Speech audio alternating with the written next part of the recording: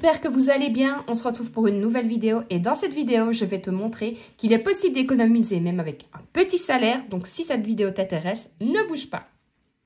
Premièrement, avant toute chose, je l'ai déjà dit, je le redis et je le redirai jusqu'à la fin, je pense.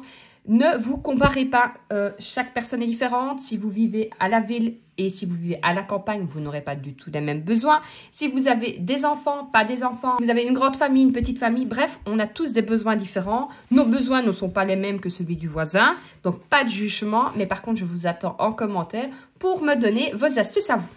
Alors, premièrement, j'ai envie de dire, c'est logique, mais c'est surtout hyper important. On va évaluer les dépenses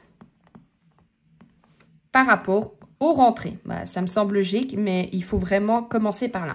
Alors, quand je dis évaluer nos dépenses par rapport à nos rentrées, il est logique qu'on ne peut pas dépenser plus que ce qui ne rentre. Ça, c'est de base, que ce soit un petit salaire ou un grand salaire, ce sera exactement pareil.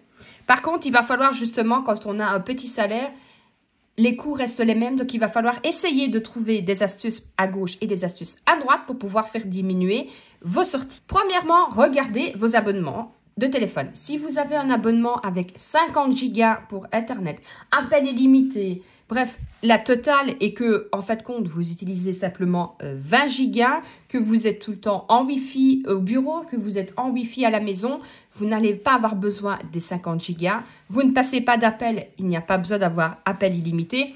Donc, ça, c'est hyper important. Parfois, on s'est pris un abonnement il y a 2-3 ans avec un portable. On a payé 50 € son abonnement, puisque forcément, quand il y a un abonnement avec un portable dedans, on paye toujours un peu plus. Le temps est passé et on est resté sur la même offre avec 50 € par mois, avec 50 gigas qu'on n'en a pas besoin. Là, c'est le moment de pouvoir justement le faire diminuer. Évaluez vos besoins et diminuez. Vous pouvez peut-être gagner 20, 30, 40 € par mois, mais c'est juste énorme quand on a un petit salaire.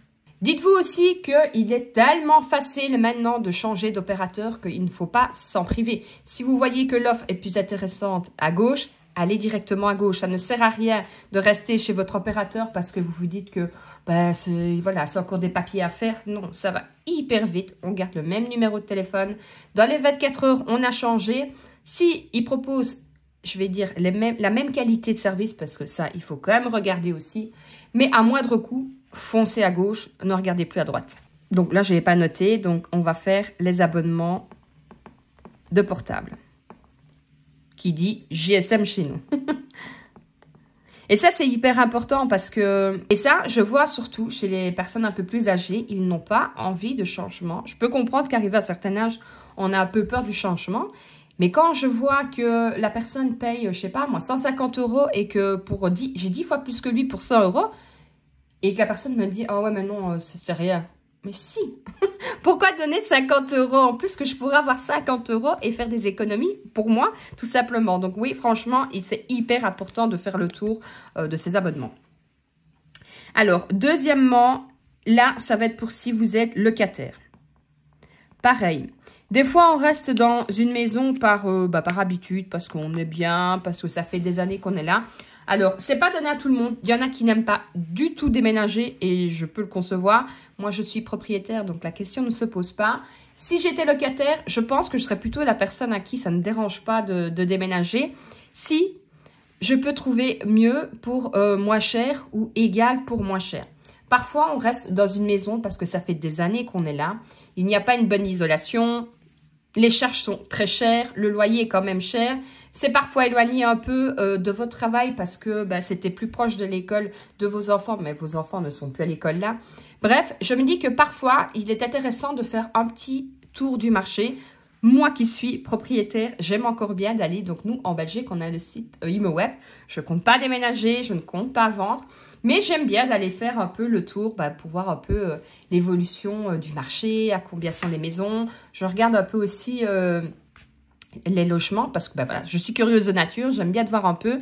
Mais je me dis que quand on est locataire, ça vaut parfois la peine de déménager. Alors, je sais que c'est du boulot, je sais que ça prend du temps et surtout que ça peut stresser les personnes.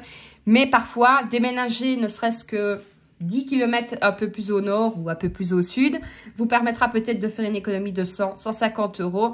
Pareil, vous avez toujours la maison parce que vous aviez des enfants, vous aviez besoin de, admettons, 5 chambres et que là, vous n'êtes plus que 2.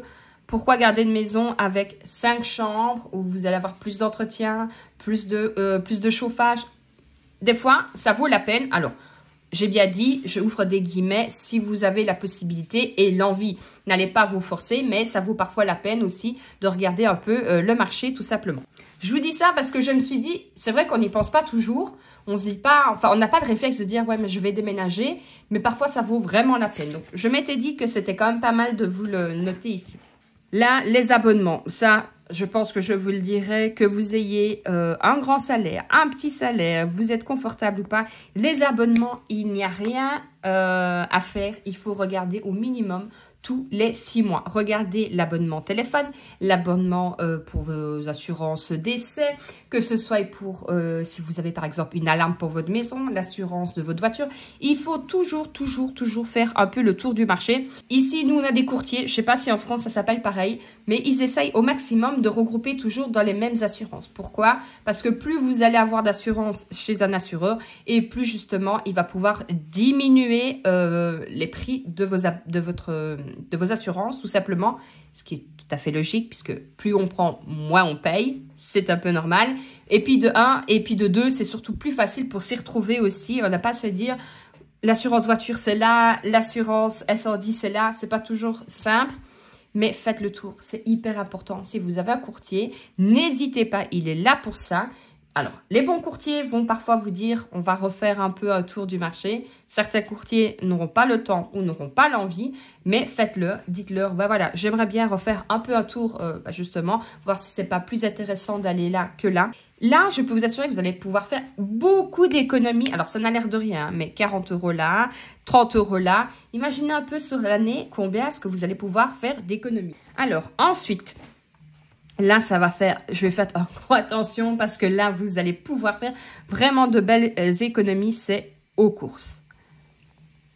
Alors, j'ai un truc sur mon marqueur, c'est toujours agréable. Alors, les courses, c'est un point où on va pouvoir faire beaucoup d'économies. Alors, je sais que c'est pas toujours facile. Je sais qu'on n'a pas toujours l'envie de prévoir ses menus pour la semaine. Et moi-même, 9 fois sur 10, je suis à court d'idées parce que... Ou alors, j'aime bien quelque chose, mais je vais en manger jusqu'à ce que j'en aurai marre. Donc, c'est vrai que c'est pas toujours facile de trouver le menu pour la semaine. Mais s'il y a un poste où on peut faire pas mal d'économies, c'est justement là-dessus. Alors, je vais pas vous dire, il faut faire tout maison, il faut faire ses yaourts maison. Si vous avez le temps et que vous avez l'envie et que vous aimez le faire, faites-le. De 1, c'est meilleur pour la santé. Et de 2, de toute façon, ce sera moins cher que les industriels. Mais il faut trouver un juste milieu. Si c'est pour passer 50 heures derrière les fourneaux et ne même plus avoir envie de manger, je ne sais pas si c'est l'idéal. Par contre, établir des menus à la semaine, faites le tour de vos placards quand vous faites vos menus et de vos congèles, de votre frigo. Ça va éviter justement des achats inutiles, des achats doublons, du gaspillage parce qu'on n'aura pas vu que derrière, il y avait encore de la crème et du coup, on va la jeter. Pareil, avant de faire des courses, on nettoie un coup son frigo, on fait le tour de ses placards, de ses congèles, de ses réserves. Mais ça, c'est hyper important. Les menus à la semaine, s'il y a bien un poste où j'ai vu une grosse différence et où je vois une grosse différence une semaine ou l'autre, je me dis, j'ai pas d'idée, je vais beaucoup plus au magasin. Qui dit beaucoup plus au magasin, je suis beaucoup plus tentée d'acheter quelque chose. Donc, les menus à la semaine, il n'y a pas photo. Je vous le conseille à 100%. Vous pouvez aussi, si vous avez la possibilité, augmenter vos heures de travail. Alors, je ne sais pas en France. Par contre, ici en Belgique, vous avez ce qui est le FlexiJob. Je pense que je l'avais déjà parlé dans une autre vidéo.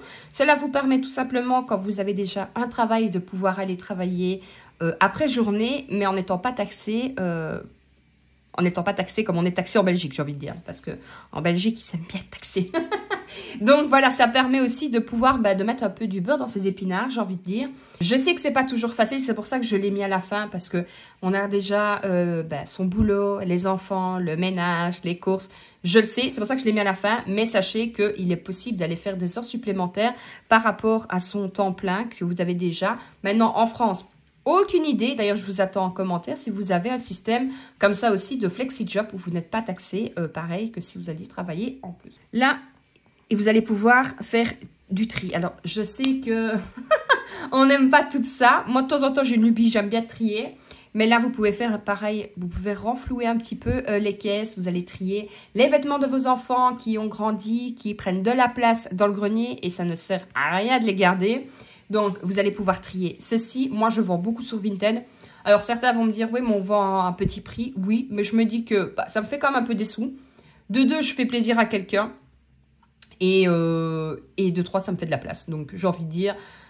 Chacun y gagne. Maintenant, si vous avez la possibilité de vendre à votre voisine 3 maisons plus bas qui a un an d'écart avec vos enfants, faites-le. Vous avez aussi les brocantes, les vides-greniers. Moi, personnellement, j'adore les brocantes. J'ai malheureusement pas eu l'occasion d'en faire cette année, mais je trouve qu'on peut trouver de belles affaires, donc on peut vendre aussi. J'ai pas la patience. Brocante, non merci. Vinted, l'inconvénient, j'ai envie de dire, c'est qu'il faut faire 50 photos. En règle générale, moi, je ne tombe pas sur les gens qui me posent 50 000 questions. Je sais que ça peut arriver aussi. Mais voilà, ça permet de faire des petits sous. Moi, il y a des mois où je suis déjà montée à 80, 100 euros. Et je les laisse sur ma cagnotte Vinted. Et quand j'ai besoin, par exemple, de quelque chose, un vêtement ou autre, que je trouve quelque chose d'intéressant sur Vinted, j'utilise cette cagnotte-là. Comme ça, je n'ai pas l'impression vraiment de dépenser de l'argent. Donc, Vinted, ça peut être pas mal. Vous avez Marketplace, vous en avez plusieurs.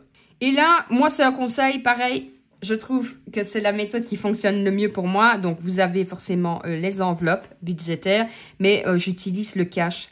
Parce qu'il n'y a rien à faire. Je trouve que quand on est par carte bancaire, on ne voit pas justement combien on dépense. J'ai beaucoup plus facile d'être attentive à mon salaire si j'utilise tout simplement les enveloppes en cash. Pareil, ça c'est juste mon avis personnel. Si vous préférez utiliser la carte de banque, faites-le, mais faites des catégories, c'est beaucoup plus simple. Et vous allez pouvoir voir justement où vous allez faire des économies. Pareil, là vous dites, je vais faire attention sur les courses. On va prendre un exemple. Vous ne faites pas les enveloppes budgétaires, vous allez faire attention sur vos courses, vous allez faire vos menus de la semaine. Et en fait, compte, vous remarquez que ça n'a servi à rien. En fait, je suis toujours à moins 10 euros sur mon compte. Oui, mais est-ce que vous avez dépensé moins dans la nourriture, mais que vous avez dépensé plus dans les sorties? Si vous ne faites pas des catégories pour vos dépenses, vous n'allez pas pouvoir voir où vous faites vos économies, vous n'allez pas voir où vous dépensez trop. Donc, faire des enveloppes budgétaires quand on a un petit salaire, je conseille à 1000%, même quand on a un gros salaire, mais surtout quand on a un petit salaire. Dites-vous aussi qu'il y a des aides. Ne vous dites pas que vous êtes seul. Ici, en Belgique, on a tout ce qui est assistante sociale. Ça peut vous aider aussi. Il ne faut pas avoir honte, il y a de plus en plus de personnes qui en ont besoin. Ça peut aussi vous aider à vous remettre en ordre dans vos papiers, que ce soit pour la banque. Même si vous êtes en négatif sur vos comptes, vous pouvez toujours y arriver. Il faut de la bonne volonté, il faut du temps. Ne vous mettez pas la pression, arrangez-vous parfois avec votre banque aussi.